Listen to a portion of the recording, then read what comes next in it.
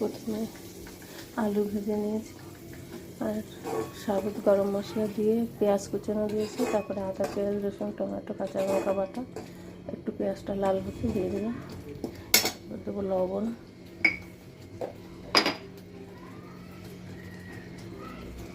পরিমাণ মতো লবণ,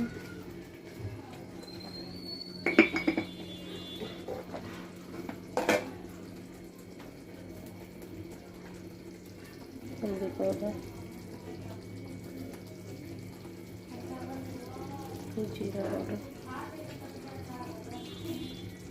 জিরা পাউডার,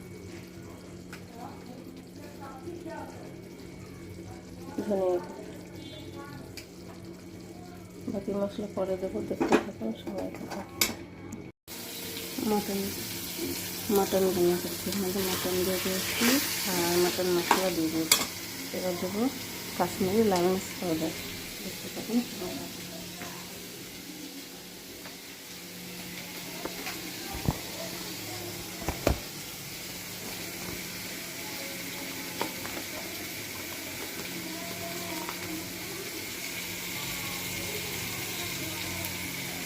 কাশ্মীরি লাল মির্চ পাউডার, এটাকে সব কিছু দেওয়া হয়ে গেলে ভালো করে কষাবো। জল দিয়ে দিয়েছি, এবার আলুগুলো দিয়ে দেবো।